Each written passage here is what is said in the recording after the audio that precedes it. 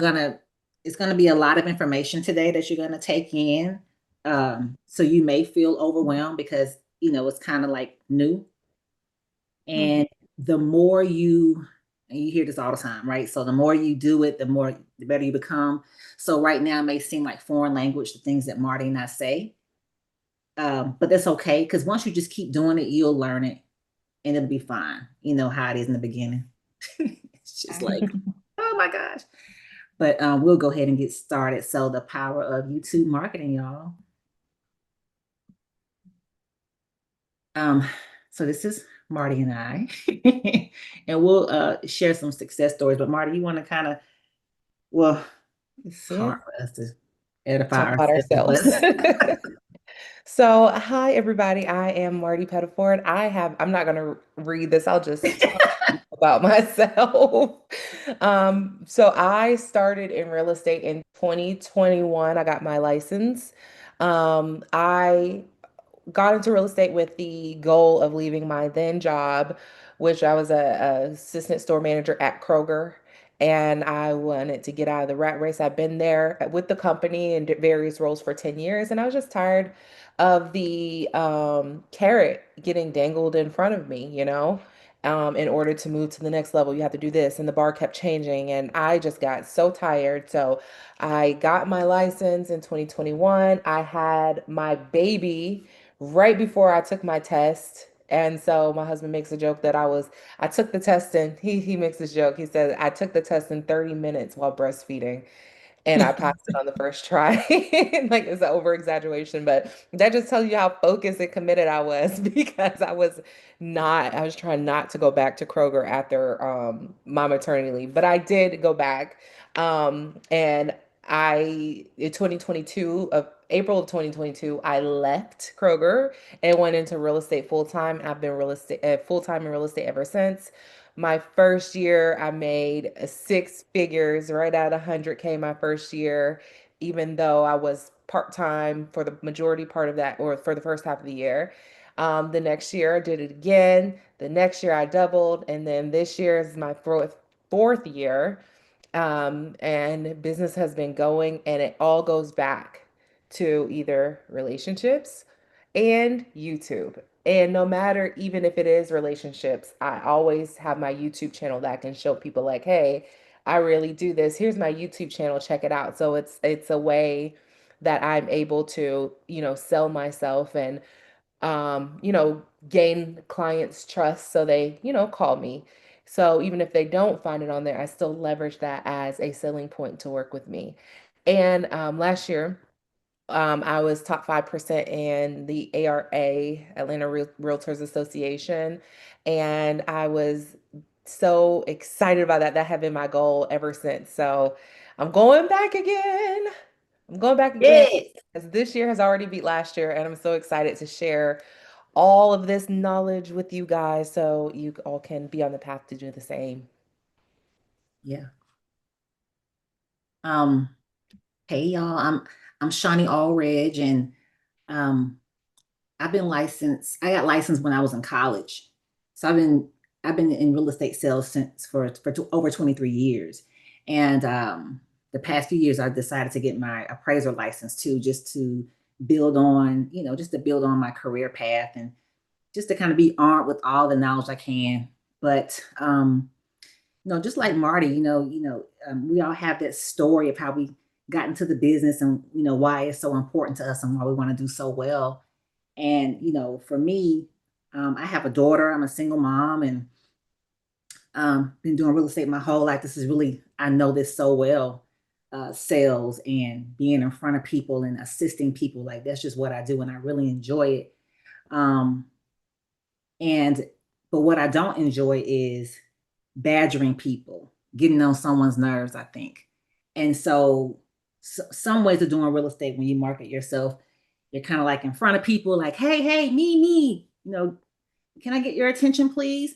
Um, and I don't like that because I don't want anyone doing it to me. So um, over the years, I was always trying to figure out how can I get in front of the client, and it's always been in a way that I felt uncomfortable, but I felt like I had to do it in order to get the client, being in their face and trying to be at every event and and all this kind of stuff. And then when the pandemic hit, I actually decided to move my brokerage, y'all. So I had my own brokerage. I moved my brokerage over to a different brokerage, EXP Realty, and learned through one of our partners how to make YouTube become a lead generation tool.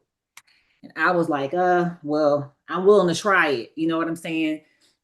And then once I tried it, I wasn't very good at it. But I just was like, I'm gonna keep going because I'm not good at anything at first. I'm not that person that just can do it one time and be like, oh, she's just a miracle. No. So I had to work at it and work at it. I've been doing it for years now, and it's really truly a lead generation tool. And January of this year, just the month alone, we made $50,000. This is from YouTube. People calling me and they're like happy to work with me. I know I'm a good person and all. I'm very likable. I handle my business, but everyone, comes across, not everyone comes across like, hey, we want to work with you. But with YouTube, it gives the audience a chance to have some control. They can look and see if they like you or not. And if they don't like you, they're not going to call you and waste your time. You won't even get a phone call, which is great. We don't have time for them, right? The people that are calling you from your YouTube channel, they really want to speak with you. They are really interested in working with you or maybe one other person they've been looking at and trying to figure out who's the one, right? So YouTube is a great tool to use. It really works. Marty and I are just regular girls that live in McDonough, Georgia. Okay. Like we have families, we have a life, we have the ups and downs that anyone else has. We just decided to really hone in on this and we realized, like, man, this junk work. This stuff here works, y'all.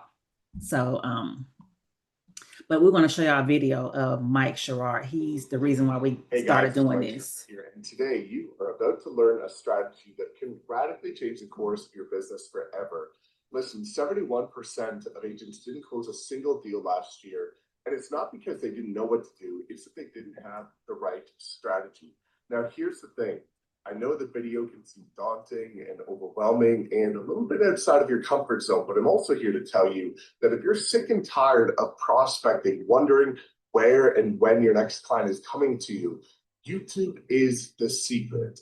It creates massive leverage in your business, but the best part is not only is the conversion rate unlike any other form of lead generation in real estate, but also get the pleasure of only working with your dream ideal clients who come directly to you just by you being you. And here's the craziest part. Today, you have the absolute honor to learn from two of the most incredible powerhouse women who've excelled at this exact strategy. Now, I've helped create some of the most successful agents on YouTube in the entire industry. And the two women that you get to learn from today are at the peak of that scale. These are genuine people who've excelled at this strategy and done it previously without any experience. So I want you to listen closely because they started just where you are today a couple of years ago. And now they're closing over 6 figures every year and having a ton of fun while doing it. So I encourage you, listen closely, stay tuned, and let today be the day that changes everything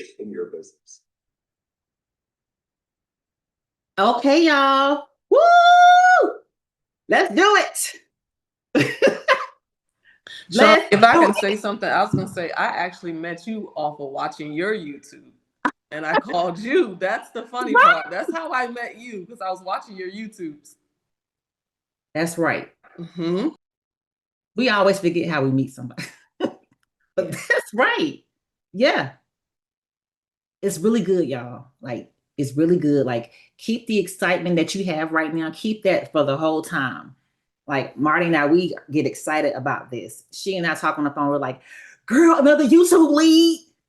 We call them YouTube leads. So it's really, really exciting. And so let's just go for it. So are you all camera ready? You know, like what is camera ready? So let's talk about that. Before we get started, I'm gonna rate ourselves, okay? 90 is the highest score. So I want y'all to take a minute to read through this and just mark down there's 2 pages of this. This is the first page. So mark down number, 1, 5, or 10, like you're grading yourself. I trust that with time and effort, I can learn the skills necessary to confidently create video content. And you don't have to share your number at the end, but I want you to look at it, and we'll talk about that in a second. I feel comfortable expressing my ideas and personality on video without holding back. I acknowledge my nerves, but don't let them stop me from recording and publishing content. Tandy. Oh, I just called you out, girl. The nerve of me. That was a call out right there. No, I need it though, y'all. I promise you, I've been trying to be better, so I understand all of this. I understand and can manage basic video, lighting, and audio settings. Got another page, y'all. One more page. I have a clear understanding of the equipment I need and how to set up my filming space. I have a well-defined purpose, message, and content strategy. I actively create and publish video content without letting perfectionism hold me back. I review my own recordings, analyze my performance, and make improvements. I feel comfortable, self-assured, and in control when I step in front of the camera.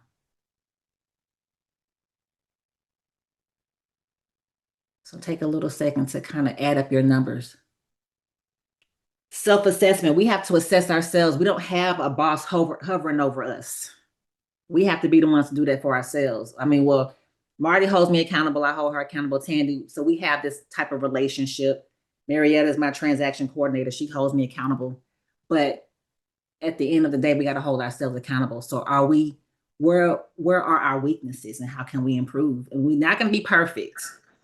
Right. It's like giving a report card on yourself. Would you be honest with yourself and give the accurate numbers? Because that's the only way to improve yourself and grow yourself, is to be honest with yourself. Mm-hmm.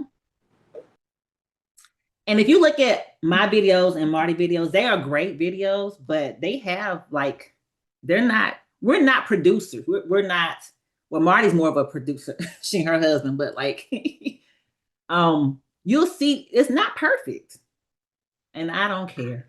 No, but look, Shawnee, sometimes the goal is just to make me, that fence video, I laugh my head off.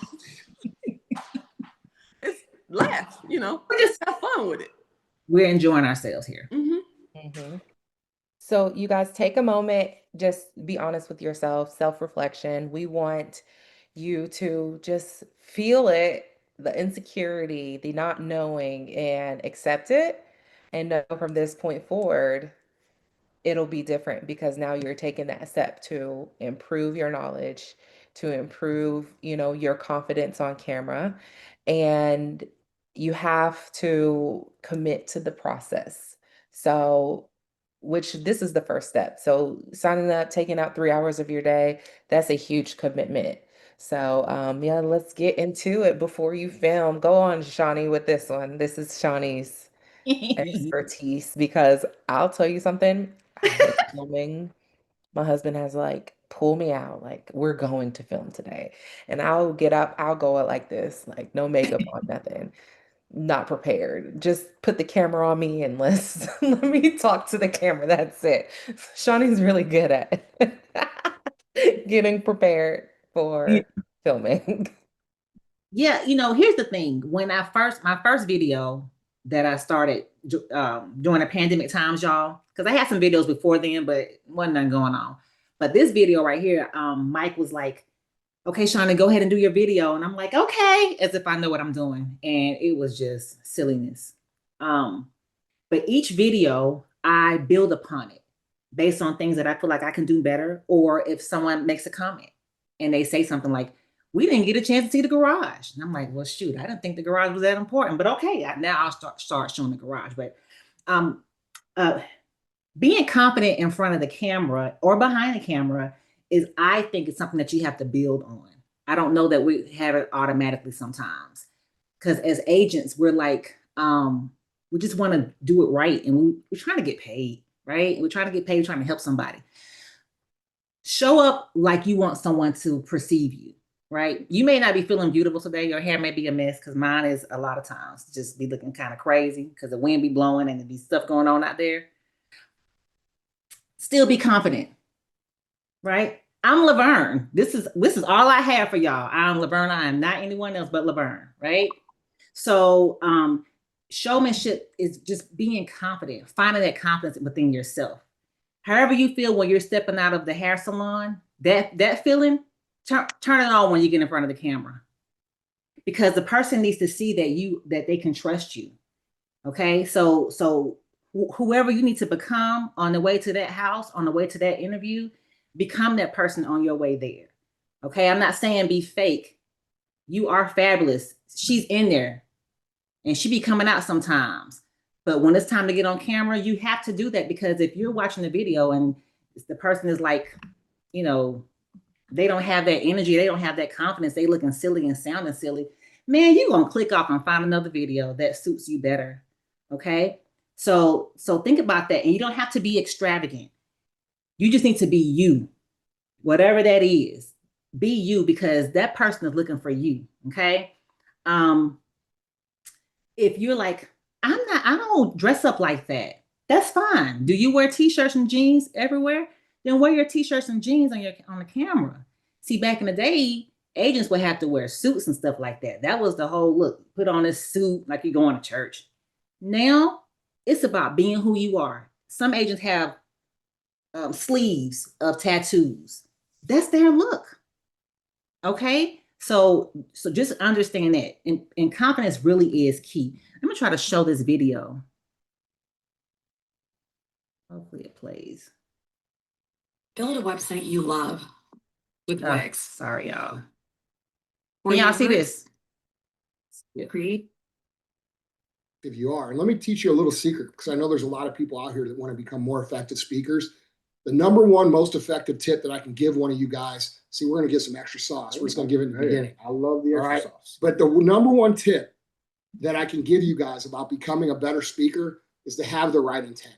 If your intent is to go up there and be celebrated as a speaker, you're not going to do very well. If your intent is to go up there and recite a bunch of shit that, you planned out to say perfectly, you're not going to do well. If you go up there with the intent to deliver value and help people, it really doesn't matter what you say or how you say it, because they're going to feel it and they're going to remember it. So if you're worried about giving a speech, or you're worried about giving a meeting, or you're worried about giving a talk, or you're worried about a piece of content that you made, simply ask yourself, did I make this for me, or did I make it for them? Did I make it for me to get celebrated, or did I make it for them to get benefit?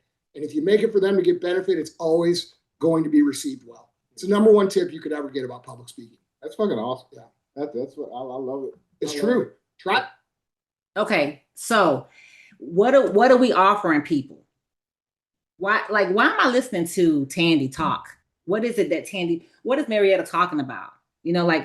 Why? Think about that. Like, what do you want someone to walk away from your video? What do you want them to have received? They need to know that you know what you're doing, that you like what you're doing, that you got relationships, okay, that you're easy on the eyes. I mean, I'm sorry, people want to look at pretty things. So you can't come in here looking, like you just roll out of bed. You know what I'm saying? You're looking good, you're looking ready. That's important. I always think about, would I work with me? Would I have a conversation with me? You do that and stuff, because I do. So your videos is because you want to gain trust. You want to be like Tandy said, the go-to person for whatever that is. Maybe you only work with this particular set of people. Okay, that's fine. You're speaking to them. You don't have to speak to the whole wide world, y'all. Most of us, if we had 30 transactions a year, we'd be fine. We don't need 100 500. We'll take it. But if we had 30 transactions a year, 20 transactions a year, we'd be fine. Speak to those 20 families. What are you saying to them? Okay, hold on, sorry. When you're filming, you'll start to speak this language after a while, okay? But when you're filming, there's A roll and there's B roll. There's A roll and there's B roll, okay? And so hold on a second, y'all. Everybody will get a recording of this. So don't worry about remembering everything because you will have this recording to refer back to. So Yeah.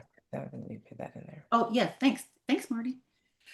A roll and B roll. So A roll, you're filming the thing. Let's just talk about houses. You're filming the house, right? B roll is when you see someone is kind of like the camera's panning this way or panning that way, but you may hear them talking, but what they're saying, you're showing it.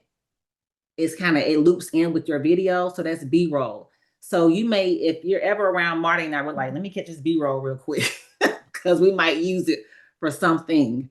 So when you're filming whatever you're filming, and say you're filming a home, you just want to capture certain videos because you want the video to come across as something interesting. Okay, I know we're not producers and directors, but there's certain things that make your videos look more interesting, right? You're taking the camera off of you and you're putting the camera on that lake.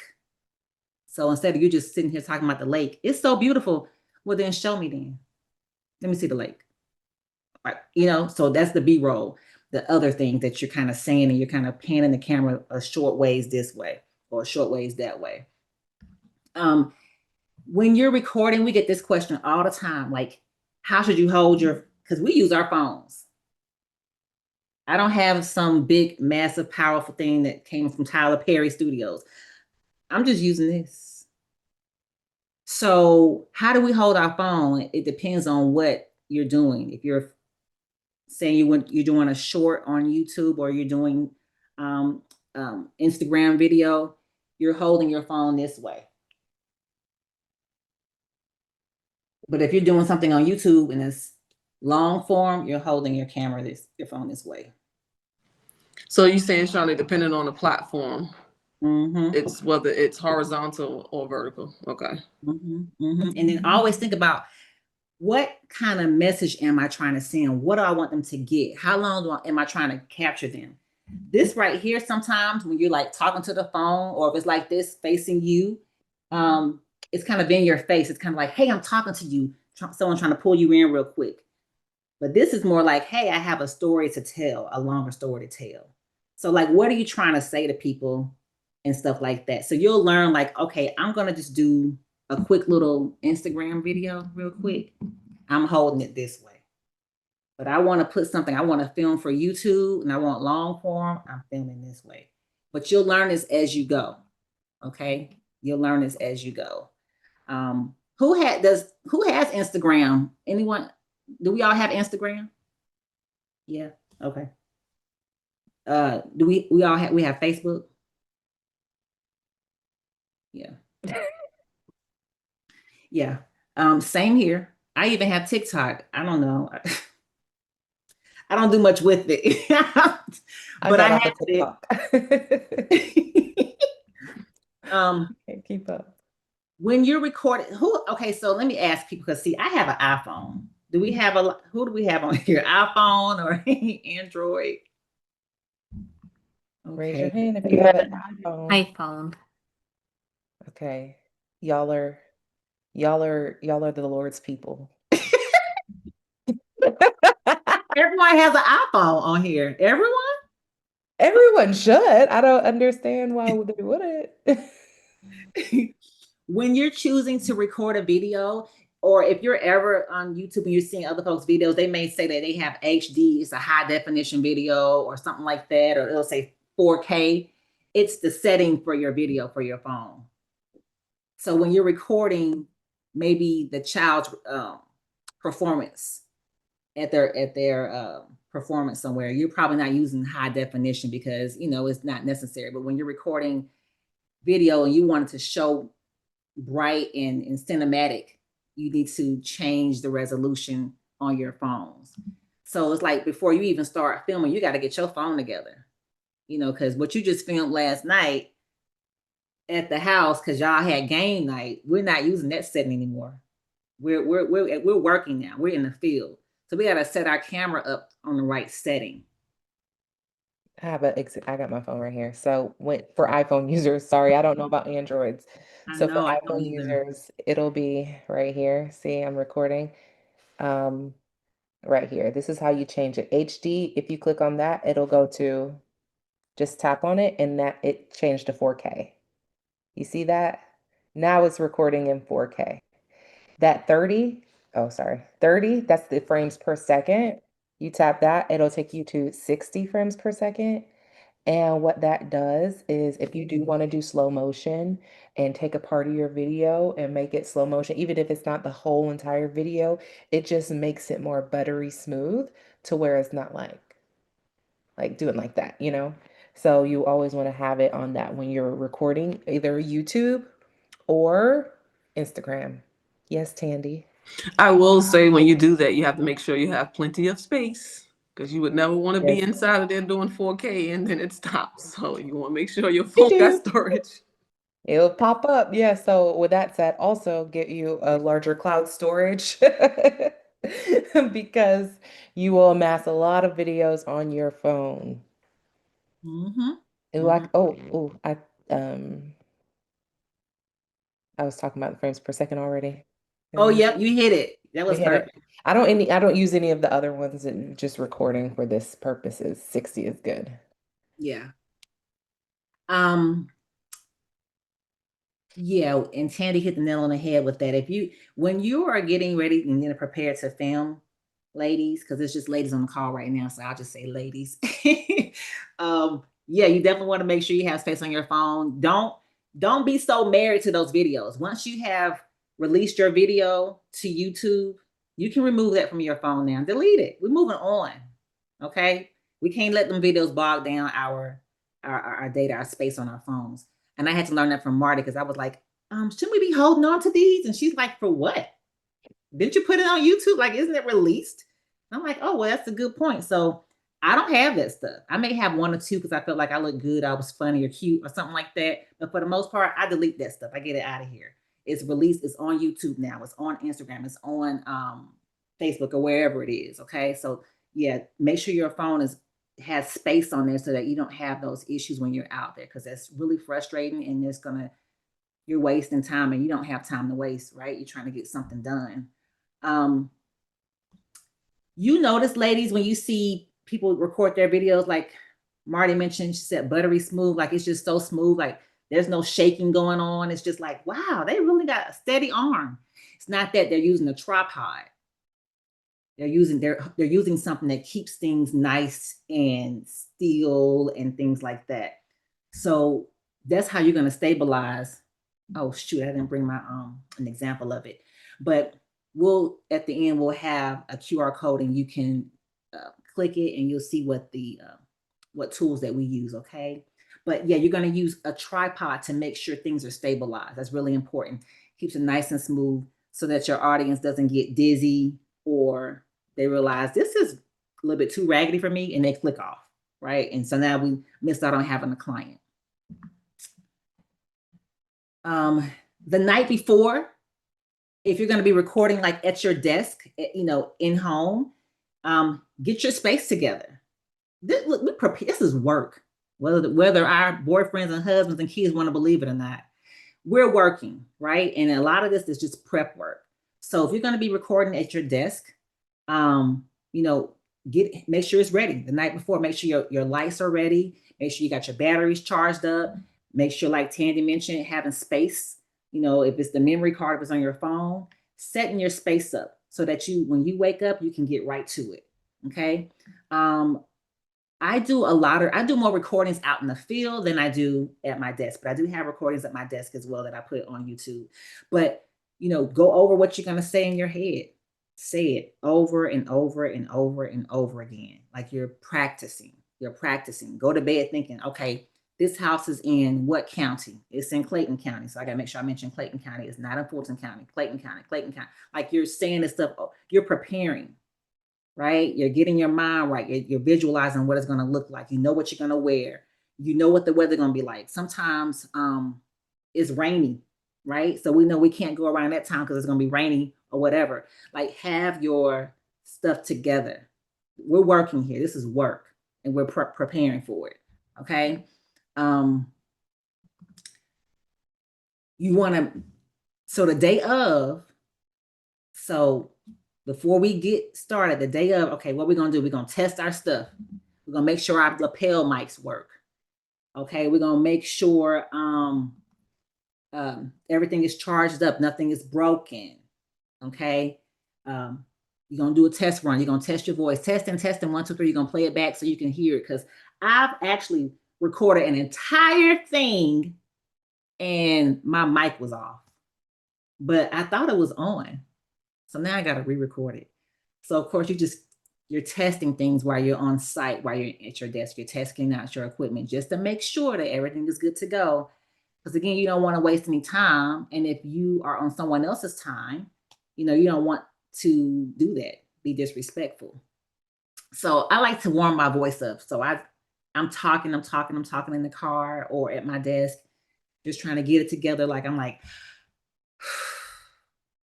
all right, Shine, come on. Like I'm doing this like we playing sports or something. Like it's just that serious for me because I'm like, I gotta get in the game. To me, this is serious because I know that it works. Now, when I first started, I wasn't as serious. I'm not gonna lie. But once I started seeing the results and Marty telling me about her results, and I'm like, girl, we got results. Like this is really working. Like now I'm really into it because it makes sense. Give them what you got and be through with it, right? It's not gonna be perfect. You gonna mess up and say something wrong, you're gonna be like, oops. And you may just keep on recording. It's cute sometimes when you said the word wrong. Like, oops, I didn't mean to say that. What I meant was this is the living room, it's not the family room. But you all know what I mean. And keep recording. Like, so forget about the perfectionism. You want things to be nice and you want to give it to the world in a good way, but it does not have to be perfect. Okay. So get over yourself.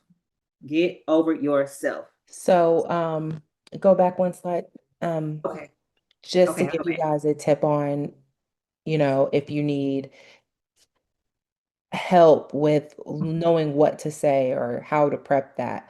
A lot of people do scripts, and they write out their whole script or they get Chat GPT to do their script for them. But I find that when I'm reading the script, it sounds like I'm reading the script. So as a way to not sound like I'm reading, I do bullet points and pretend like you're talking to a client. This is the whole part about the confidence. Like you're the subject matter expert. You are the one with all the knowledge. You have to present this in a way that you would do so if a client was standing right in front of you. You're not stuttering, you're not like tripping over words when a client asks you a question about a house. So I would make bullet points, and each one of those bullet points keep your mind on topic of what you're supposed to be talking about, but you can freestyle as if you were talking to someone right in front of you. And that's what makes it more conversational. It makes it feel more genuine. You'll be able to slip in personality because you're not limited to what the script says. And it makes it a lot less stressful because you're just like really being yourself. And I don't know, eventually, and the longer you start doing it, you won't even need bullet points, maybe just with the house facts because you're at a different house. But I do all my intros and all my stuff in my videos in one take. I like do one and done, and that's it. It doesn't take me long to do my recordings of my intros or whatever I'm talking about. So, but that comes with practice, and once you get comfortable with whatever your niche is, what your tag is, what you want people to know about you, something that you say in every video, then it'll just be like second nature. I agree. So think about this, y'all. Think about this. If you were the listing agent and you told your clients that, agents have integrity, you're going to protect them and you're going to protect their time and the security of their home. And then they wake up one day and they see their house online and their personal artifacts online on your Instagram video. Like, how would you feel? You know what I mean? So let's talk about the best practices for getting approval to film a listing. And Marty and I talk about this all the time because here's the thing, you don't know what you don't know. So the agents that are out here just going inside these houses and going for it, they probably really don't know any better. And they're just thinking, listen, content, content, content, and they're not thinking about like the lasting repercussions because they just don't know. So we want to make sure that you all are proper about it. I do have agents that tell me, "Wow, you called and asked. Thank you for that." Like they're shocked, and I'm like, "Well, what other way is there to do it? If you find a home that you want to film, you need to get it approved with that listing agent. If they say no, leave it alone. Leave it alone. Don't touch it. Call and ask. Like Tandy, she's new construction. She's gonna always say yes, and she's gonna say film more than one. Film lot 22 while you're out here. But Tandy is one person. She's not the other agents. So you need to approach it with a level of respect. It's just out of respect. Hey, this is Melissa Smith with such and such real estate agency. I would love to feature your home on my YouTube channel. Is that okay? If they say no, say I totally understand. Thank you. If they say yes, great. You just made a friend in the business, an acquaintance in the business. Now they're fascinated with you. They're like, oh, wow, she's going to help me sell my listing. So get approval before you do it and let them know what you're trying to do. Don't waste the agent's time with all this heavy chit chat. Just tell them what you would like to do. Let them know what they can expect from you. And if it's occupied, let them know, hey, I'm going to be really sensitive to the occupant's personal artifacts. I'm going to blur them out. I'm going to blur out those pictures that they have in the house or things like that. Marty, you want to add to that? Yeah, I when I first started out, I used to say something general because I was scared. I don't know why, but I was scared. I used to say, yeah, I'm just I have some out of town clients. I'm just recording content for them. And people be like, oh, okay, cool. But now I'm just like, do you mind if I record content? That's all I say. Especially if like I walk into a model home. And then if there's homes that there aren't model homes, you reach out to the agents, hey, do you mind filming? Do you mind if I film this home? Me and my husband, we do a really quality setup 4K. It goes to my YouTube channel. I send them a link of my YouTube channel and I say, hey, if you want a copy of it, I'll remove my um, logos and my branding and I'll just send it to you and you'll have a free video. And then a lot of times they're like, oh yeah, sure. If I'm gonna get a free video out of it, that way they can use it for their marketing. So it was by saying that, I haven't gotten too many rejections. And really, honestly, I've only gotten rejected twice. One of the times I asked and she said, no, the builder doesn't like that. I'm like, weird. And then the second time, I was actually filming my clients was in the model home and they had just wrote a contract on the house and I just took some B-roll, some of your vocabulary words, and I posted it on my Instagram and it went like semi-viral. It got 60,000 views in like a few weeks. And I was getting clients, I was taking them back to that place and showing them. I was getting so many client leads from that one video. And then the agent was like, hey, I know you're getting a lot of people and you're bringing them by here, but the builder doesn't allow anyone to film, and so you have to take it down or else we will hold up your contract for your clients to close. I'm like, okay, Craziness. take it down. So I archived it, whatever. And, I found another builder that let me do it. And that video that I posted next got 400,000 views. And, if so, could I have done it? And like, obviously, this is a situation where I wasn't even doing a YouTube video on it. I was just showing the background. I wasn't even talking about the house. It was another call to action. And they didn't like it. And so, it's what it is. I archived it and then that builder went out of business. So guess what? I put it back up again. This is like 2 years later, so it doesn't matter. But it's still there. But don't be afraid to ask. The most they could say is no.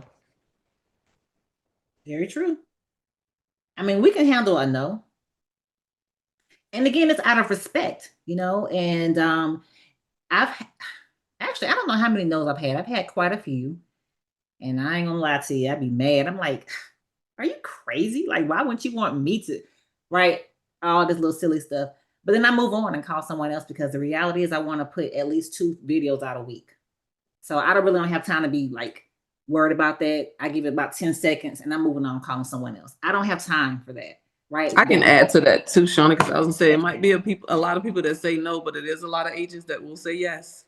Just gotta find the ones. And I think sometimes it gets into the legal stuff of it, certain builders, because if anything DRB films, we have to get a photo release waiver form allowing them to be able to use, like when we take pictures of the clients in front of their homes with the soul sticker, we have to get permission for that stuff. So some people just stuck in time and some people don't want to, advance. So I just say keep your options open and build your relationships.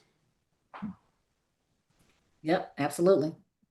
It'll come in handy because I call, they don't answer. I send a text message like Marty say, I'll drop the link to my YouTube channel. I'll tell them, hey, want to film? It's just me. I don't have a filming crew. I spend about an hour in there. Here's my channel. I'll schedule on showing time as photography. And sometimes they'll just respond, text and say, yes, cool. And sometimes they don't respond or whatever, but I'm moving on. I'm calling so many agents. I'm gonna get my 2, every week. That's the goal. And there will be someone that says yes. Okay. So just make sure we respect our agent, our counterparts, our colleagues out there. Okay. So mastering on-camera presence and delivery. Make sure your gear is ready. Okay. Check out your area, your background. Make sure that's on point. Do a test run just to see. Do this all the time, y'all. Don't ever be like, I don't have to do it today. No, do it every time. Okay. It's part, we're working here. Eye contact. Where are we looking? I tell people all the time when I'm on my phone, we're taking like a selfie. I'm like, look here. Because people don't know what it looks like. Look here. Oh, thanks, Shawnee. Right? Looking in the camera. Okay. Or not. I don't know if your thing is looking someplace else. If that's your thing, that's fine. But for the most part, look into the camera, okay? You're talking to someone, right? You want them to understand and hear what you're saying. Your posture. How are you? Like, what you doing? How you standing? How you walking? How you talking? How you holding it? And then if you talk with your hands, and a lot of us do, then do that. The same way you are on camera, it should be the way you are when they see you in person finally.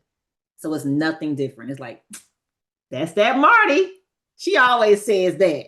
She always does that. And everything like that. Okay. So your presence, your delivery is really important, and just keeping consistent. You don't got to change nothing up. If it works, then keep on doing it. Okay. Has anyone ever done any speaking classes, Toastmasters? Anybody? Okay. When you're talking, try not to say the filler words. We're going to say them because we're giving them our natural selves, but try to keep it with facts. The ums and the ahs and stuff like that. That may, try to cut that. I say it still, but I try not to say it so much. Okay. And then when you're talking, and we're just ladies right now, how would you talk to your girlfriends? How would you talk to them? Would you be like, girl, this house is for sale and it's right here on this hill, and then if you go around back, you'll see. Y'all not doing it. You like, girl, this house is on a hill, girl, and it's so nice. Wow. Oh, so that is important. The cadence of what you're saying, the tone of what you're saying is really important because we want to keep them engaged in our video, right? You want to at some point monetize your channel, and you're not going to do it if it's all, silly sounding. And be your authentic self. If you have an accent and, look, don't hide it, child. Go on and give it to them. Give them that accent, because if they're moving to Georgia, they know that we sound a little Southern in Georgia. Why would you hide that? Like, be yourself. Emotional connection, volume control, pacing yourself, your energy. I'm not saying get out here and do cartwheels and carrying on.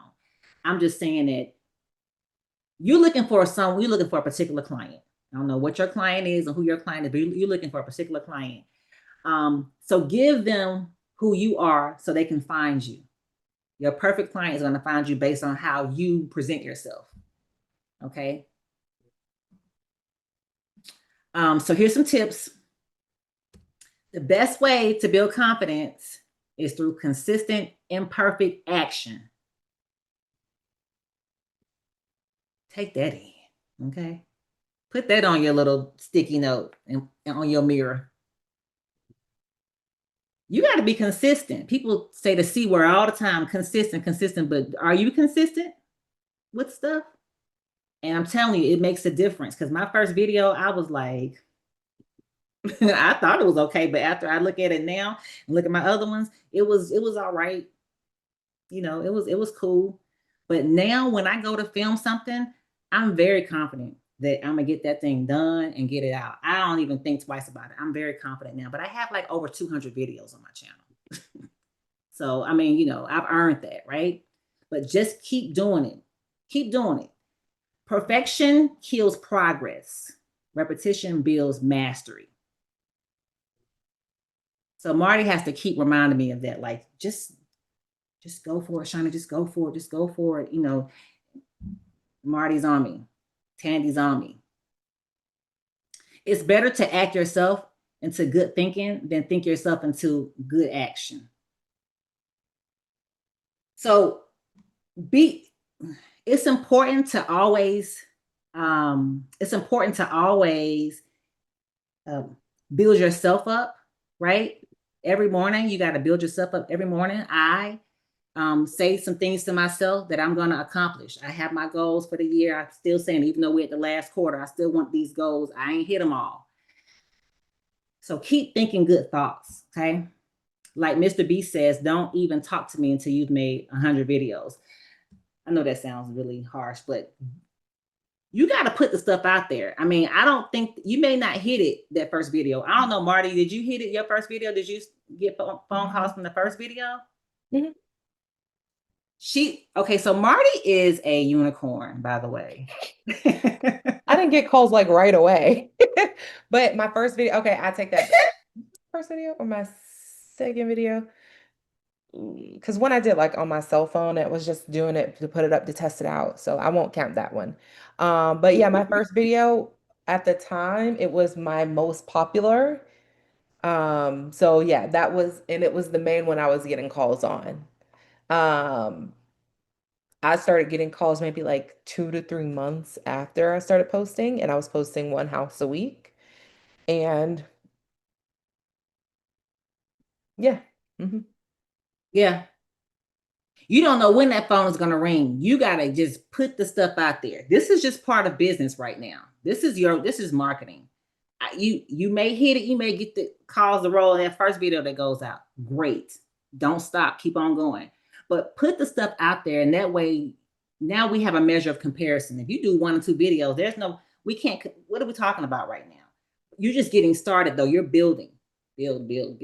So just put it out there. Just go for it. Just go for it. Oops, sorry, y'all. Can y'all see that? Okay. Questions? Y'all can unmute yourselves and ask some questions before we get started with. So we'll do a little question segment here. After this, we'll take a little break and then we'll get started into the next section, which is actually the building of your YouTube channel. So, woo! Yes. Yes. Okay, who has a question? Oh. Cortana says she needs it to ring, ring, ring. Well, I know, Marty, for me, I know you had said the knowing comes from the doing. And so as I continue to keep doing it, I do feel more comfortable with doing it. You know, I'm trying to do, like Shawnee said, stop putting those filler words in there. Because when I'm stuck, I'll be like, I just try to pause for a second and not say nothing. But it's just when that camera comes on, it's like everything goes blank, and it's like, what was I gonna say? Like, you know, Shawnee, when we did the podcast, Yes. I was like, I'm gonna say this, and you said, well, just relax, take a deep breath. You don't have to read it word for word, but it's that perfection, trying to get it perfect, and it's like people like authentic. They like you to be yourself. So if you just be yourself, because like you said, if you're talking to someone, because before the camera come on, I could go all day. But it's that camera that be like, because you know how social media is, they judge you, so you just, I guess in my mind, I'm trying to get it perfect and get it right. But hey, you're gonna have your naysayers and you're gonna have your people that's for you. So regardless of what you do in life, you're gonna have people to say negative things and people to say positive things. You just got to keep on your path. Yeah, very true. And then, yeah, that's a good, that's why I tell people the knowing is in the doing. You're not going to mastermind your way to good YouTube videos. You're not going to read your way or YouTube watch your way into good videos. You're going to create videos. You have to create the videos in order to get better at doing good videos, because that's the only way you're going to see what works and what doesn't. There's so many different topics you can do. You can do home tours. You can do um, town tours. You can do market updates, and each one of those require a different level of skill set. And you're not going to get it by just thinking about it. So, any questions before we take our little break? I'm gonna do like a 10-minute break. Shawnee, you have a timer? You set a timer Yeah, on the yeah, is there I'll one do it. on here? We'll come back in 10 minutes. So it's 12:01. So we'll Hmm. come back at 12:11. Yeah. So I see Tangela just joined. We just finished our first section, Tangela, and we are actually about to take a 10-minute break, and then we're gonna come back and start building the YouTube channel.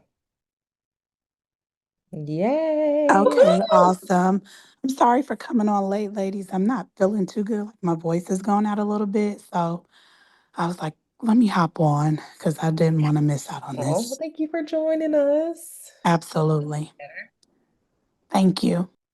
Okay, we'll be back at 12:11. Okay, y'all. Okay. Okay, y'all. Okay, so we have some ladies that just joined us before we had our break. Well, before Tangela, it was Rochelle, Maria, and then Tangela. If y'all want to give us a quick introduction of yourselves, if you're back, about Yes. how long you've been in the business and what made you want to introduce YouTube into your business. Yes. Good afternoon, ladies. This is Tangela Gerard. I'm a realtor in New. First of all, please excuse my voice because it went out over the weekend. But I am a realtor and new homes sales specialist with DR Horton. And I've been in the business for almost 10 years now. And definitely pride myself on working and partnering with my co op agents. Right now, personally, from me, I have a personal mission to help 100 families um, go from renters to becoming homeowners. With everything that's going on with all of these hedge funds and investors purchasing up land and properties by the boatload, I feel like it's important to have a personal mission set aside. My grandmother always said, if I can just help one somebody, then my living won't be in vain. And so I'm looking to try to market myself more to bring more exposure to my personal mission. And I believe that YouTube would be an excellent platform to kind of get it out there. I've been hearing so many different stories and scenarios from other realtors and co ops on how they've been successful, on YouTube as far as lead generation and gaining exposure. So when I seen you and Marty put it out, Shawnee, I was like, oh my gosh, I need to enroll and sign up for this because I believe that it will be beneficial for my business and what I'm trying to do to take it to the next level. So thank you, ladies. It will. Okay, thank you for sharing that. Thank you Mhm. for sharing that. Rochelle. Hey, good afternoon, ladies. How y'all doing? Hey, how are you? I'm good. I'm good. So I actually joined because I was speaking with Tandy yesterday, and we just spoke about how we could be more productive and how we can, just get the ball rolling in both of our businesses. So I am an agent with Berkshire Hathaway. I've been a realtor for 6 years. I do have a YouTube channel. However, like you ladies said, consistency is key. So I haven't been very consistent, and it's not that I don't know that this can work. Is it's that fear, that imposter syndrome that holds me back. So I did join this morning, just to get a different perspective, the encouragement from you ladies, because I see it's working well for you. And like I said, it's not that I don't know it will work, is that I haven't been consistent. So I'm happy you guys are having this mastermind this morning. And I'm just happy to be here and learn from you guys to see what you're doing different that I can implement with my channel to move forward. So Yeah, thank you. yeah, absolutely. Um, Thank you for being here. Maria? Hey, good morning. I'm Maria. I am a broker team lead in Wisconsin. I currently do not utilize YouTube, and I need to be educated, trained, and taught how to expand my brand, and that's why I'm here today. Yep. How long have you been in business? I have been in business for 6 years now and have not explored YouTube, but I know it's the #1 platform for education and growing your brand. That's right.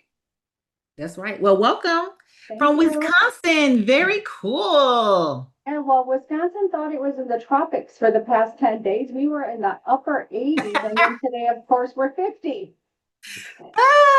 How do you explain this mess, man? This is something else. And that Wisconsin 50 is not like a Georgia 50. Woo. Because I was freezing in a Wisconsin 65.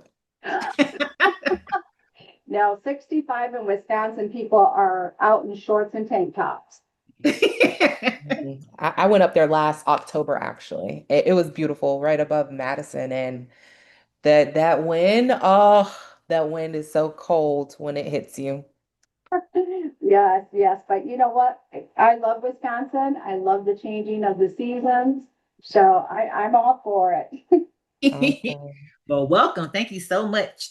Thank you. Okay. Um, Welcome. we're doing So, good so far. So, oh, sorry. Go ahead, Marty. My oh, apologies. yeah, I was just gonna get started on that, but I saw that there were a couple comments. I saw you answered this, but in case no one saw in the chat, Melissa asked, what is a realistic goal as far as how many houses to film and post a week? Shawnee says she films 3 to 4 homes a week, but she releases at minimum 2 homes a week. I'm different. Lord, if you are starting, don't do what I do. I am going to say, whatever you start with, make sure you can continue it. Whether that's posting 1 home a week, 2 homes a week, or 1 home every other week, because YouTube is all about consistency. So whenever it is not, you need to have the frequency, but it is also about being consistent. You cannot expect to see success on YouTube if you're not consistently posting at whatever your posting intervals are. I started at 1 home a week. However, here's the reality. When you've been doing this 2 or 3 years and you're getting calls from YouTube and you're getting clients and it's the summertime, y'all know summer selling season is hot and you don't have time to film, sometimes you just don't have time to film. It is your lead gen, so it should always take precedence, as one of your top priorities in your business. However, sometimes you have other things that are more important, especially when you're dealing with stressful situations. I'm kind of like one of those people, like it gets stressful, I'm not doing nothing. I'm shutting down. I'm not doing anything except for trying to get this problem solved. I can't film video. Sorry. I can't do this. Sorry. I gotta sit here in front of my computer until the problem gets solved. So I will just say, as an example for me, I'm trying to film a video a week. I haven't filmed a video and posted to YouTube in like 60 days or so. And I've been doing YouTube for a while that I know, okay, I'm still getting calls from it. So that's really good. If I wasn't getting calls from it, I would be a little bit more concerned. Number two is I'm actually closing deals. I'm just not available to film. And when I am, it's raining. Thanks, Georgia. This whole summer, the weather has been messing with it. It's just like the one day that I am available, I'm not showing houses. I don't have anything going on with the kids. It's raining and I can't film. So it's crazy. So as a result, I'll tell you what happens on the adverse side of that. YouTube will, when you do put up a video again, if you haven't posted in a while, it might take you a few videos to get back good with the algorithm because they do favor that, like I said, that consistency. So just know, keep in mind, if you've taken a break and you start filming again and you get consistent, you will find your algorithm favor again. Okay. So my last video, it got like 300 or something views. I know when I put up the next video and the next video that I'll start to gain momentum. So I'm not worried about it. But I feel that way because I've been doing it for 4 years.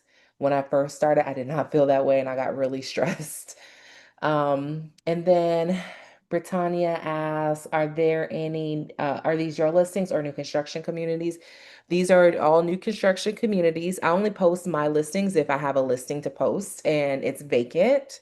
I hardly ever post listings of my clients where they still live in them just because of privacy. But most of the time, it's just easier to do new construction. I know not Tandy, Shawnee does some resales on her channel, but you have to pick a niche. You can't do everything. So um, our niche is new construction, so that's what we show on our channel.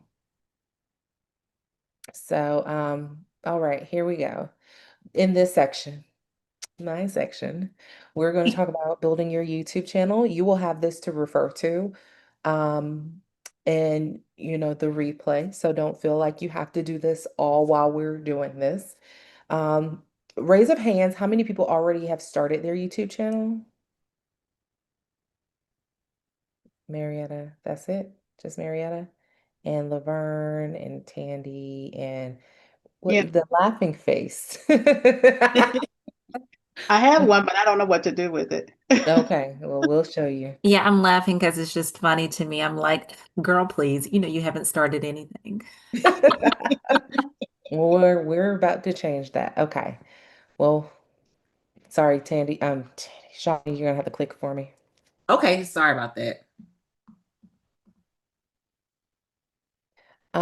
So, oh, that's the first slide. Oh, wait, did I mess something up? Is it? Yeah. Oh, that is the first slide. So, okay. Oh, go back to that first slide. Okay. I wanted to talk about this. So this is what my YouTube channel looks like. As you can tell, I have chosen a name that is my name, but also Atlanta, Georgia real estate because I want people to know what my channel is about. And that Atlanta, Georgia real estate is also a keyword that people might use when they're typing a search question into Google. So if you don't know, Google owns YouTube. So YouTube is not a social media platform, it's actually a search engine. So you want to have these search engine keywords in there as well to make sure that, hey, I am making content about this topic. So if you're searching for this topic, my content should come up. And that's what these keywords are going to be doing. So I have a beautiful picture that my husband took of myself. I have my banner, and that's what we're going to talk about in the next page, on the next slide. So when you're doing your banner, you don't have to do this alone. However, you can because Canva makes it really easy for you to do. Now, my husband, he made that one for me. But Shawnee, did you make yours in Canva or did you get somebody to do it professionally? Um, it was made in Canva and it was from my virtual assistant. Okay, so she did hers in Canva. I did mine's. My husband is a marketing person and he makes logos and all that stuff. So he made that for me. And you can see they look very similar. Like we have our names, we have the name of our channel, we have our website. We have a bullet point list of what we are talking about: buying, selling, investing, relocating. Then we have, a nice picture of us, and in the background, there's some kind of interesting thing. Like I said, you can make this on Canva, or you can go to Fiverr and get somebody to make it for you. And they really should be charging like few dollars to do this. So if you don't feel confident in your skills, pay a few bucks to get somebody to do it for you on Fiverr. And then also you want to link your social media because ideally you will be posting on your social media. It doesn't have to be all the social media platforms. I'm always a advocate of master one platform, then move to the next, but it's okay to be doing two at the same time. So I'm always promoting my YouTube and my Instagram because those are my two platforms. I do use Facebook, but that's usually for the people who already know me. And then TikTok, I had to hop off that train because I was spending too much time on TikTok, so I just had to shut it down. So, here is what we're going to do when we first get started. These are all the profile settings that you need to change when you start your YouTube channel. So you need to have your banner, what we just talked about. You need to have your headshot. If you need somebody to do a headshot, I would not recommend a phone picture. I would recommend hiring a photographer to do a professional headshot for you. I know there's a lot of new construction agents or new construction companies that will host free headshots. If you want to pay someone, my husband is a professional photographer. You can come on down to the studio in our garage and get your headshot taken. Or set your camera up in the model home and take some nice pictures. Because I try to utilize model homes as much as possible because they are, a place where we can get together and you can create those relationships with those agents on site and, get a headshot taken. You want to have your handle. So your handle is what your name is. Sorry, my thing. I have a timer on. It is making all this noise. I heard that. Yeah. Yeah. Okay. So your channel name, like I said before, you want it to be your name because people need to know who they're talking to when they call you, right? Then you need to have a keyword. So I chose Atlanta, Georgia real estate. This keyword ideally would be a part of your niche and ideally will include your location. Um, it will ideally be something that's not too long, but it gives people the vibes of what your channel is about. Um, I'm sorry, that's the channel name. And then your handle is gonna be at whatever. So I did my handle as, and we don't use it as much in YouTube, so this is a newer thing. I made my handle the same as my Instagram. So my Instagram name is Marty Loves Homes. And so you can do youtube.com/Marty Loves Homes and it'll take you to my page. That's what the handle is. We don't really use that as much in YouTube like we do in Instagram or TikTok. You can add your pronouns and then you can add your description. Your description needs to tell what the channel is about, what people can be expecting from you. It could include how often you post, but I would not try to pigeonhole yourself into that as, under the the um the expectation that actually you'll get busy and maybe your posting schedule won't be the same all the time. Um, Also in that description, it's also good to have keywords. Some of my favorite are Atlanta, Georgia real estate. If I'm talking about Henry County, it's going to be Henry County real estate, new homes in Henry County, things like that. There are keywords, search tools that you can use to find keywords and you can make a sentence or my friend, Tandy's best friend, ChatGPT. You can say, hey, I need a YouTube description with keywords that's going to get me qualified buyers and sellers and make it 200 words or less. And then boom, it'll come up with something for you. Your custom URL, if you have a website that you want to send people to, any links, your email address, because some people do prefer to email you. And what I find is some of the most serious buyers are emailing me, not calling. I get so excited when I see email from somebody because that means they are so serious that they took out their time to type up an email and send it to me. It's so much more complicated than just picking up the phone and calling, which makes me um, like feel more confident in the lead. And those are like one of my top tier leads. I know they have a higher budget. I know, they're serious and they probably want to buy or within the next 30 to 60 days. So now this is what you're going to do. Like I said, you'll be able to follow along with this once we do the replay. Um, but under the home tab, you'll have your layout where you can customize everything. You can even do a channel trailer, like that little thumbnail of Shawnee right there. When you go to my page, I have a channel trailer too. And one of my niches is Locust Grove and living in Locust Grove. So one of my videos that I made is all about the hidden gems of Locust Grove. And that's my channel trailer. It kind of tells people what I'm about. It's a little community tour. And it is what people see when they haven't subscribed to you and they go to your channel. That's like the first video they're going to see. If they have subscribed to you, they won't see it, but it's for people who have not subscribed. So it could be an introduction about yourself as well. It could be anything that you want, but you basically want it to be like a welcome to my page or whatever your niche is that you want to talk about. So next, you're going to have your channel information, your country of residence, any keywords. Like I said, you can use keyword tools to help you find them or use ChatGPT to help you come up with a set of keywords. And then any kind of upload defaults for when you're uploading your videos. So we'll go on to the next page of uploading a video. It's very easy to do. When you get on your YouTube, there's gonna be a create button at the top, and then you're gonna click on that and you're gonna click upload video. You're gonna select your file, drag your video that you filmed and prepped for and all of that, and you're going to upload your file. Once you upload a file, while it's uploading, you'll come to this page and you'll have to add your title. You'll have to add a description. For your description, this is an example of one of Shawnee's descriptions. Your description could be as long as YouTube allows, and they allow for a lot of characters, so you can put a lot of information in there. Here are my do's and don'ts of go back one, my do's and don'ts of the description.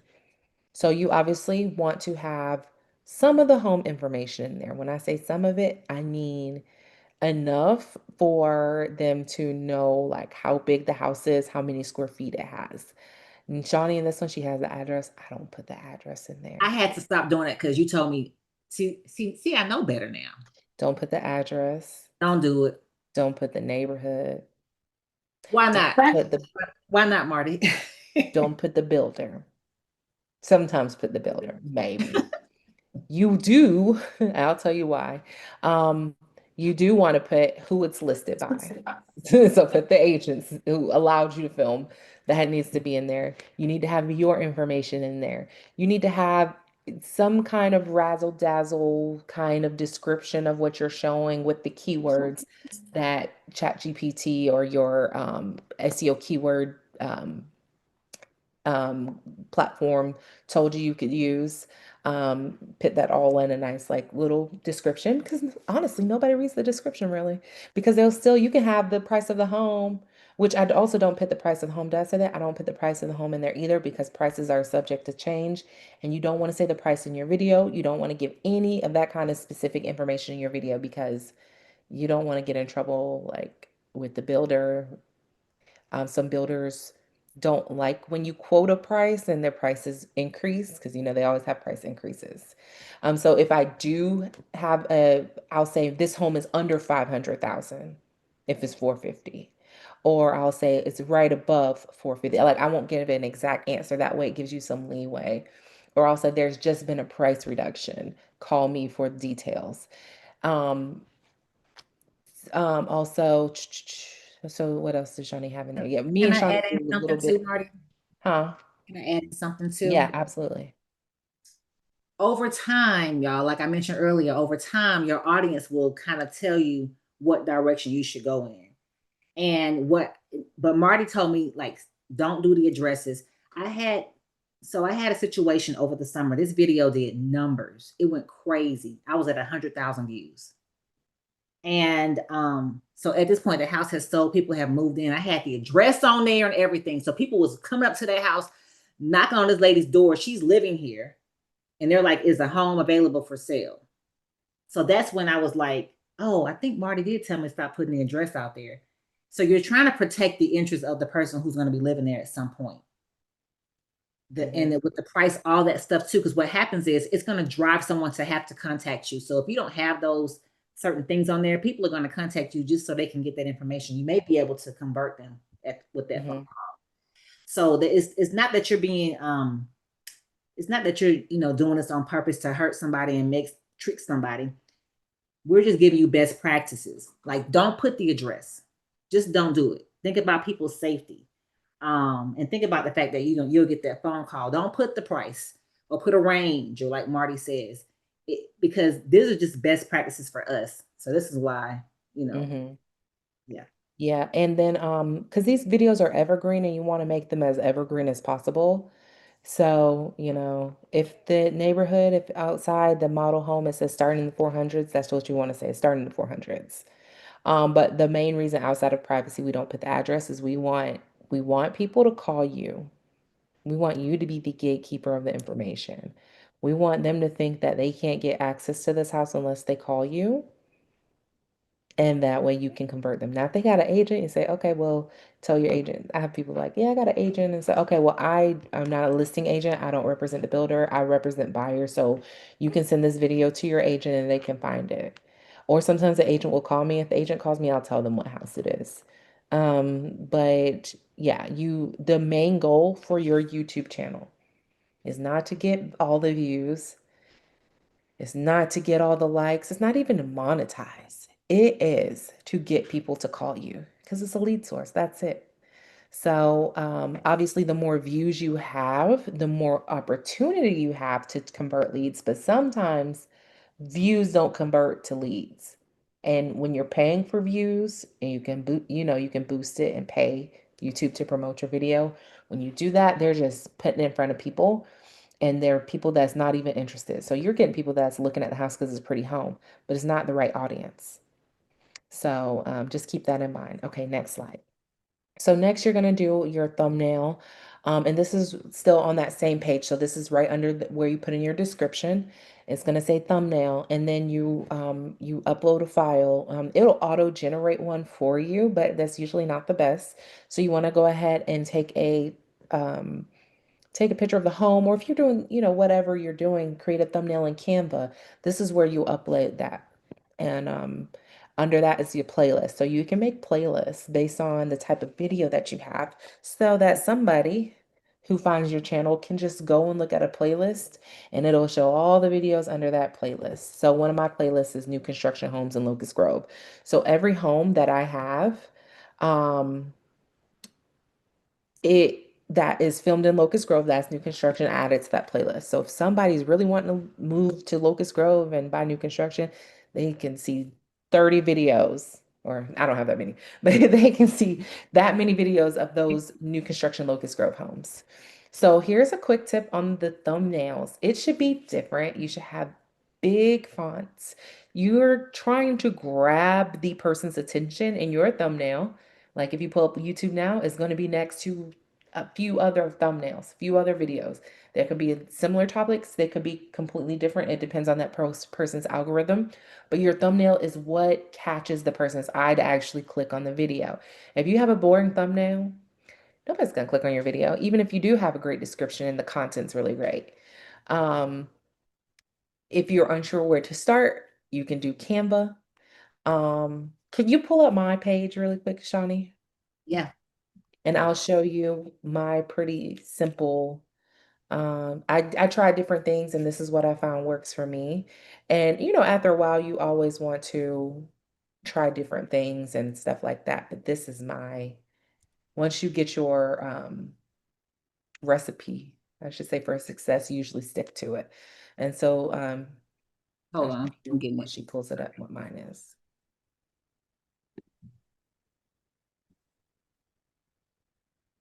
Okay, let me share the screen.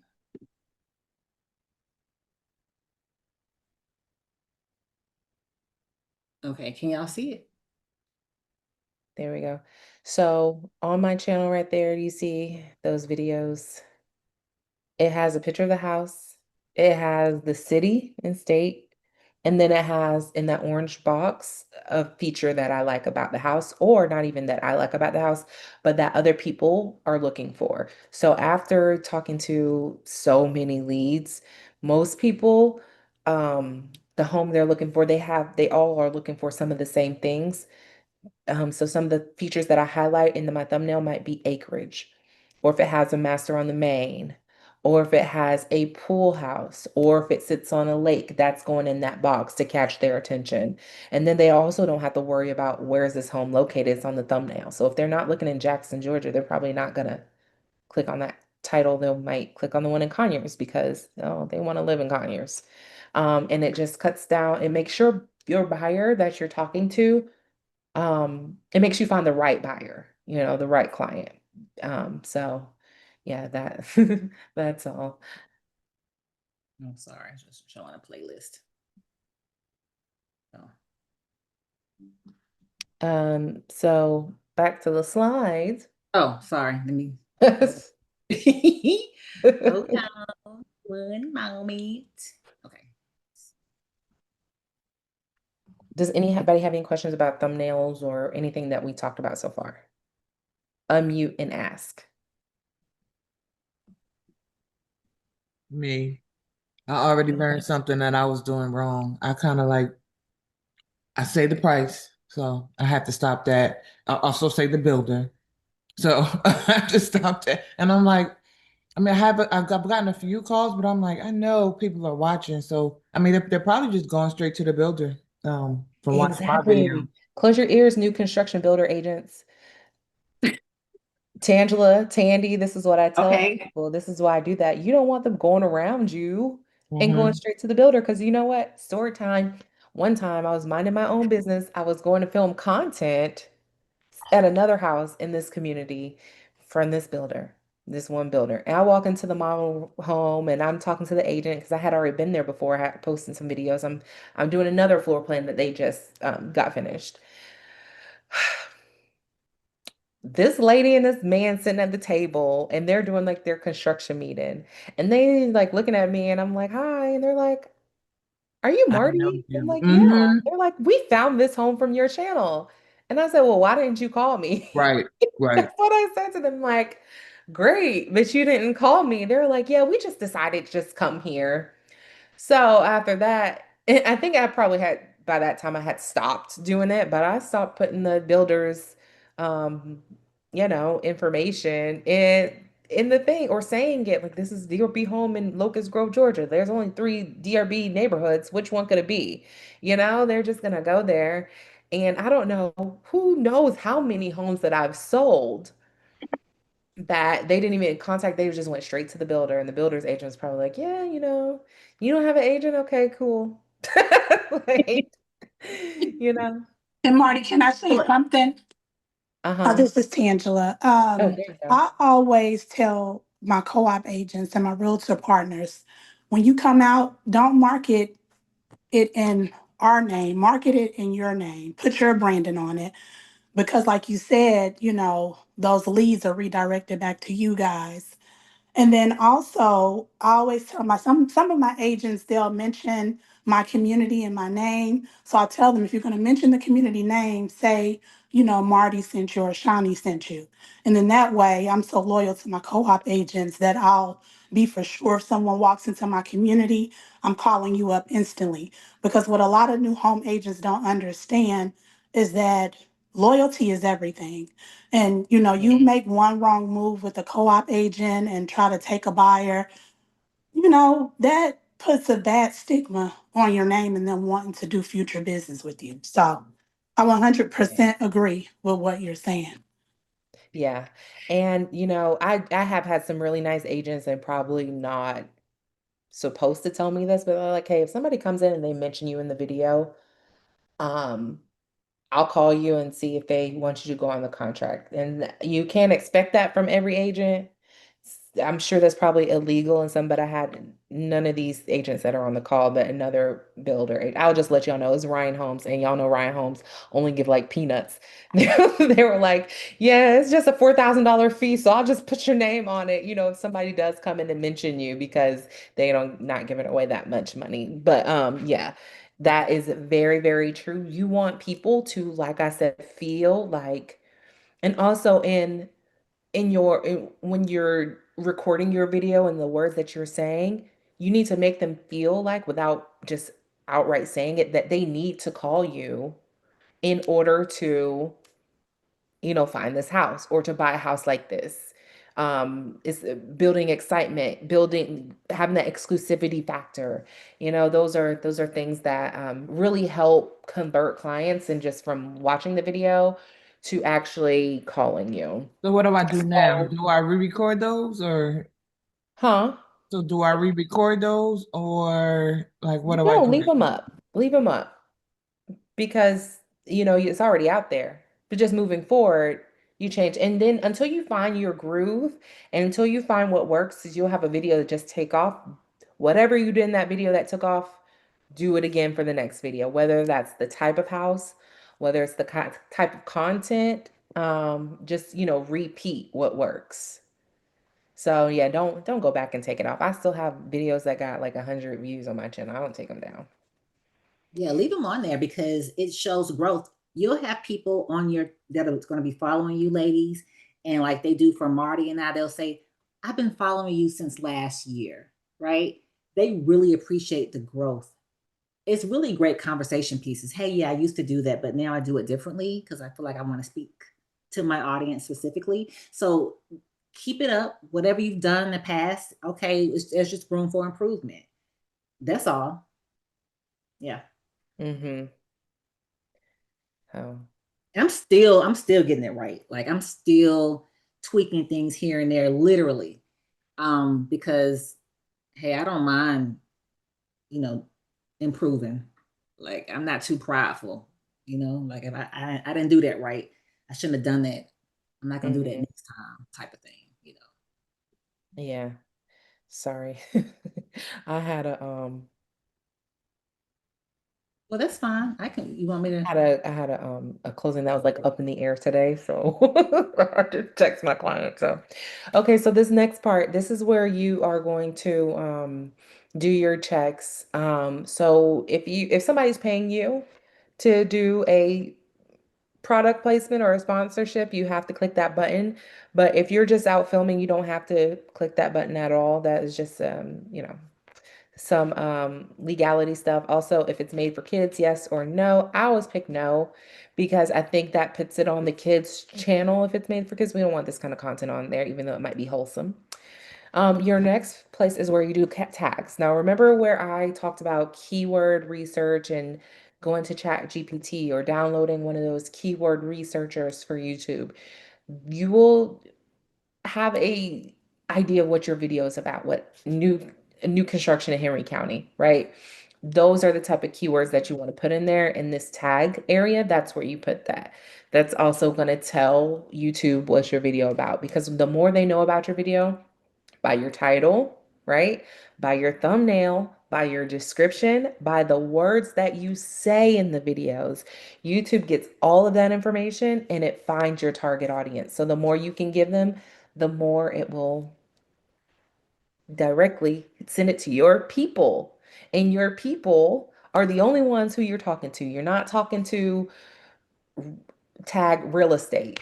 That's all over the country, all over the world. We're not talking to everybody. We're talking to a small group of people who have one goal, and that's to buy a home in whatever area you serve. So, talking about SEO, search engine optimization, this is how your video finds its target audience. It's the most important thing that you can do for your video. And most people, they don't get the views that they deserve because they aren't optimized. So, one of the tips is to do your keyword search prior to filming, see what people are searching, and get to make a video about that. Um, Use those keywords in the title and the tags, say it in your video, like I already said. Um, and this is where a lot of people, miss the boat on. Your doesn't matter how great your content is, if it's not optimized, nobody's gonna see it. Okay, next one. Next one is where you can, okay, so if you didn't add music to your video beforehand, before uploading, um, license free music. You can add it right here. All um, license free licensed music from YouTube. This is really comes in handy, especially if you're monetized. Because if you're monetized and you put some music on there that you haven't licensed, they will stop your monetization. But this is creator music, and so you can add your music license, or you can add music on this portion right here. Um, and then you can add cards. So a card, if you click on the next screen, is going to be the little pop-up that comes up at the top of the screen when you're watching a video. You see them when you're watching YouTube videos, something might come up at the top right-hand corner. That's a card. You can link it back to another video, or you can link it to subscribe to your channel. And if you're monetized, you can link it to an outside website. This is your end screen. So these are, go back one more. Oh, sorry. Right here. Yeah, so these are this end screen is pretty much where you select what you want your viewer to do next after they finish your video. So it's an end screen because it comes up at the end of the video. And I always choose one video, whatever is best for the viewer, and subscribe to my channel. So if they click on my picture down there, which YouTube automatically does this, I didn't add any of this. YouTube takes your thumbnail that you've uploaded and then they put it right there. But you can drag it across the screen, like on the next page. So what I did do though, was add that bluish green background and the Marty Loves Homes and the subscribe and all the elements that you see on there. I did that in Canva and I added it to the end of my video for maybe the last 10 seconds.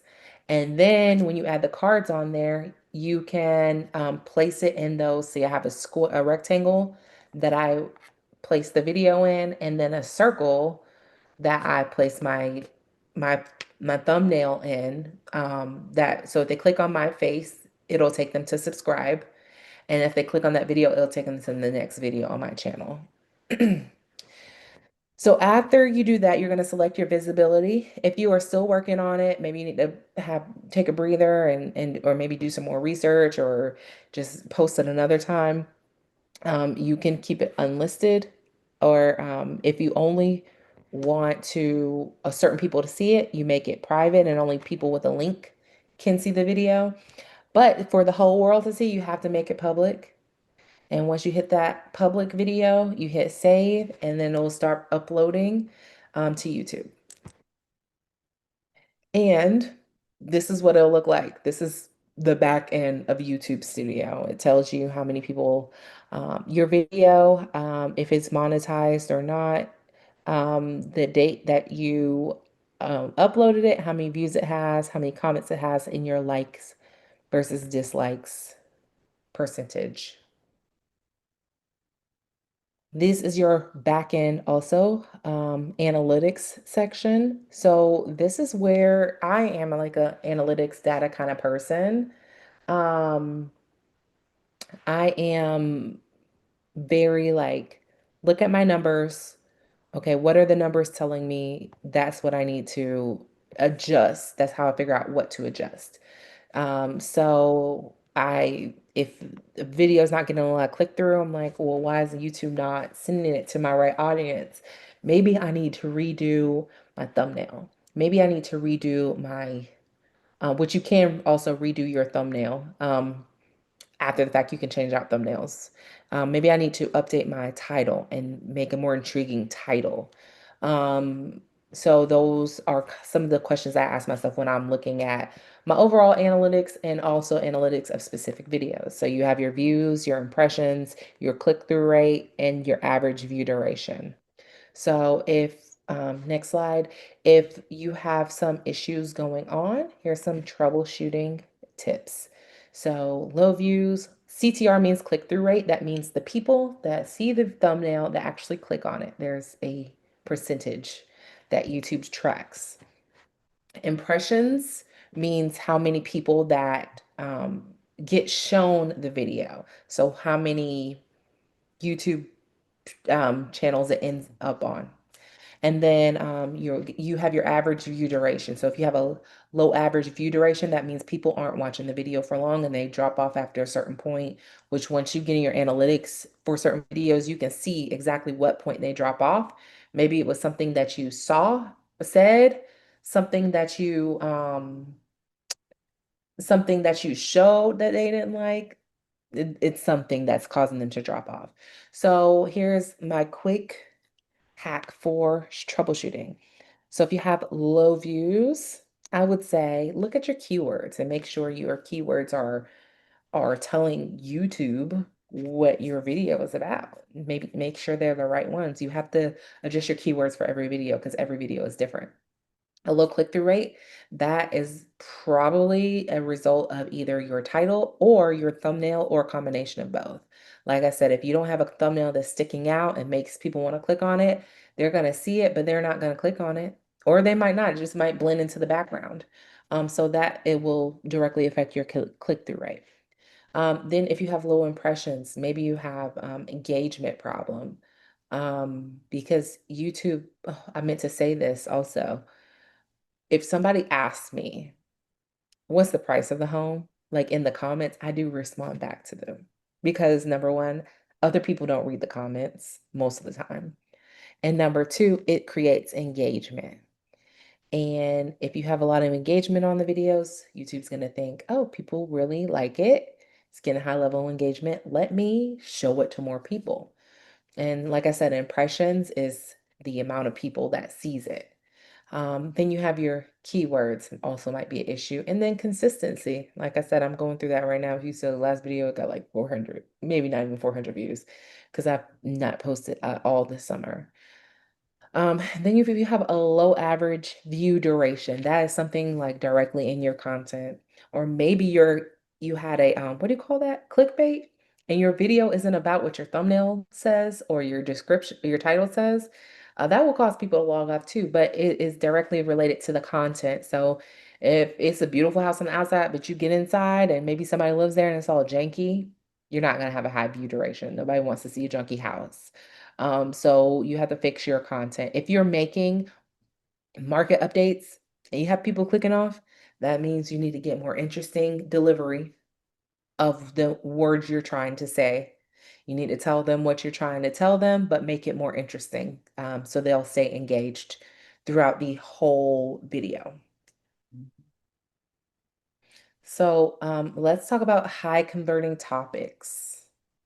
We all know that your videos are education based, but they also need to be fun and a little bit of entertainment, as we like to call it, edutainment. So types of videos that good edutainment videos are city tours, market updates, pros and cons, things you need to know about moving to your city. And then again, make sure you capture B-roll and all that stuff. Visuals are very important when filming. So up next, we're going to have a list of high converting topics for the next 6 months. You'll get a copy of this, but you can also take a picture of it if you want to, just have it on your phone. But here you go, take a screenshot of that. Now, this is a really great layout that Shawnee put together, a mix between home tours, city tours, market updates, community highlights, and then also flex topics to where you can talk about whatever you want. I've done different topics that um, where I did a series with my lender. That was a great topic that people liked. I did a series with Shawnee as Shawnee the appraiser. If you don't know, she's also a licensed appraiser in the Metro Atlanta area. And I had a video of her on there. I think I did some why I would not move, what the reasons why I moved to Locust Grove, things like that, like other ideas. But what I found out that I really like filming, it takes less effort for me to film and edit, and it's just straight to the point. It's home tours. So I've done all these. I might, go back and revisit them in the future. But for me, I'm a home tour girl. I want to capture people with the beauty of homes. So um, here's You could some. just yeah, some video. What'd you say? I was gonna say these are just like video topics. Yeah, take screenshots of these. We'll leave it up there for you guys to take a screenshot of. Does anybody have any questions about any of these topics and so far how you can optimize them or anything that we've talked about? So I'll say for me, when I started filming again, I improve and do things based on what the audience is wanting, what is a better outcome for me. So I was doing all these different topics and trying to stay on top of that. But like Marty just mentioned, I have really leaned into home tours. And I don't really do the pros and cons videos anymore. It's just more home tours and things like that. You'll get your groove. I used to post it at a certain time, but like what Marty mentioned with the analytics, now I have a measure, a point of measure, a measure of reference. Because I've had so many videos, I know like they watch them on these days. They watch them at this time. So I know I'm gonna go ahead and release it around this time because it just makes sense. They're available to look at, to consume my content.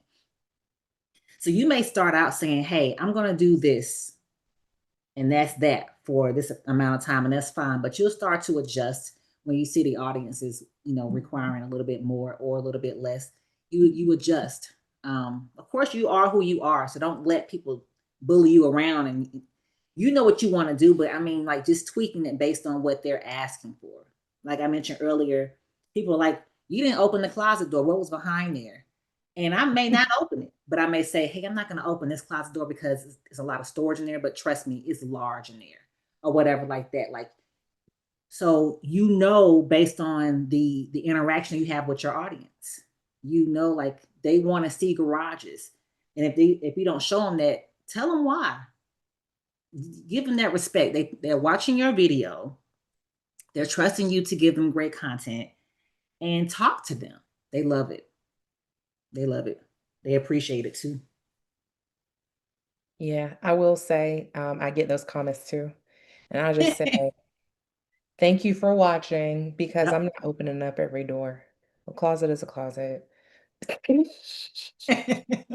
Now, the always say that too, like, only thank you for yes. watching. Thank you for tuning in But type the of thing. secondary closets, like what? It's just the closet. So sometimes I'll go ahead and open up closet doors so my husband knows to film them because my husband actually films my videos for me now. And so maybe he knows to film them and we'll just go ahead and open the closet doors. But yeah, sometimes I don't. And then people get mad if you don't show the garage. I'm like, but the people who I don't even worry about it, and don't worry again, talking about the comments you're getting, they're all engagement. Don't worry about any negative feedback. Today, people will say anything, behind a computer screen. And I've had to clap back at a few people because I had time that day. I'm like, somebody was like, well, why did they do this? And I hate that they did that. And you need to show more homes like this. I tell people, I am not the builder. I'm just showing you what's available. Those are also the people that are just looking at the video, like the ones who have opinions on some of the most opinionated people. Y'all aren't even in the market to buy. Like, what are you talking That ain't got about? nothing to do. We You call can't those even internet buy thugs. a lease, yet alone a house. So, don't say that. But yeah. Yeah, I forgot there was this one thing that somebody really said something mean to me and I clapped back at them. I forgot what it was about and what I said. But remember those people that I said that saw me in the model home? They remembered that. They were like, I love the way how you got back at them because they said something really crazy. And I'm like, I'm not the builder. I'm just the agent. But whatever. So Well, be prepared. So we're giving you like the fun, cutesy. It can be a little bit dark with internet because some people are complete weirdos. Please don't be overly concerned about that. You know what I'm saying? Like people are just silly acting and they're gangsters behind the computer. And you're not going to get a lot of that, but you may get some people who are just nasty. It's like, why did you even leave this comment? Like it has, I mean, it's not serving you well or myself. What are we doing here? You can And block then them if or it you gets can really respond. nasty, you just block them. You You can can block hide your them. channel from them so they'll never see your channel again. That's it. And Hmm we're moving on because again, this right here is your lead generation tool. We can't let a little silly person throw us off. I mean, you're all y'all are pretty women, so you may get a little bit of the, you know, people being a little sassy with you. And honey, listen, you don't hmm have time. Okay, we're trying to make some money and serve the community and serve our clients well. hmm Exactly. So here's some recommended tools. So the first recommended tool is okay. So if you're already part of EXP, the Wolf Pack at EXP specifically, with me and Shawnee and Mike, you already have this tool in your back pocket, you guys. So it's more in depth. It tells you exactly what you need to do. It actually walks you step by step of everything that we just said. And so if you are with the Wolfpack at EXP, you get this for free included in your membership. If you're not, you are free to purchase the Social Agent Academy that Mike has created. And this is the biggest tool because not only does it help you with the YouTube, but it helps you with Instagram. So if you want to purchase that, me and Shawnee, we have a affiliate code and you can do that. Then we have I was gonna say if you go back once. Oh, If sorry. you don't want to pay, I forgot how much it is. I think it's on a monthly basis now, and you want to learn how to get it for free, and you are not already at EXP, let us know. It comes free when you directly partner with me and Shawnee. So if that's something that you're interested in, let us know after the call. And here are our other material tools. I actually have this pulled out. So you can scan the QR code, it'll take you to the Amazon shop and where you can order all of this that's on Amazon, right? For the Yeah. most part. This is a gimbal.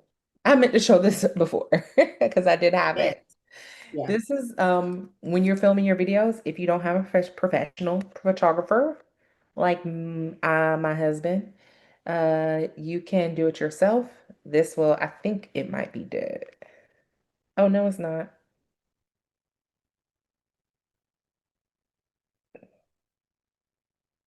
Maybe it is. Oops. Okay, that's not. You didn't follow I put my instructions. phone upside You down. didn't charge your stuff up. I know. But see, look, it's moving. There's a joystick that's allowing me to do this. This will get you smooth, professional like videos that are stable because it's a stabilizer. And let me put it on the right way. It moves. So if you have it, gosh, shoot. If you have one, you know how they can be. But there we go. Come on now. Mm-mm. There we go. See how I did that by itself? It just stabilized itself. And you can film the long way. You can turn it and you can film, oops, I did it upside down again. But you can film it the long way. You can film it horizontally. And this keeps your videos smooth. When you're panning around the room, this is a gimbal. This is a really good one. It's about $100 when I bought it. Um, but it is going to change how you film videos, help you be more, um, what's that word I'm looking for? Efficient? Thank you. Professional? Efficient, yes. Efficient and give off that quality vibe, especially when you're filming in 4K in 60 frames a second. And then you can also do a standing tripod for when you are talking and doing your introduction. I have one of those too for my phone, and it's it gets like this small, so you can carry it around really easy. It's very lightweight, and it extends fully into a full-size tripod, so you can just set it up with a nice background, hit record, and start filming your video. There's a link to a two-pack wireless mic that you can also hook up to your phone. You plug it down here where your charger goes. You clip on the microphone to you and it automatically records from that microphone. So you get great audio quality because another important thing about recording video, what I learned from my husband, is if you do not have good audio quality, people won't look at it. So that could be another reason why people might be clicking off your videos if you don't have great audio. So those wireless mics are really helpful for that. And then we have CapCut, which is the video editor that me and Shawnee use. I use CapCut when I'm doing like shorts. And then when I was editing and filming my own videos, I was using CapCut for desktop. Um, CapCut is really great because it makes the editing process easy. It's easy to slide in B-roll. It's easy to add text. It's easy to come up with assets to add in there. And if you don't know how to use it, Google, YouTube. It's very easy. It's very easy. So your tools don't have to be expensive, you guys. You know, just you can do it with what you have. You don't have to have a professional videographer with a drone. You don't have to do all that. You just need good quality um, equipment. And if you have an iPhone, you're already halfway there. I can't speak about, Android users. Um, Really? We're sorry, Android. You gonna start a I don't fight. know who does. Somebody said they have an Android. I'm sorry.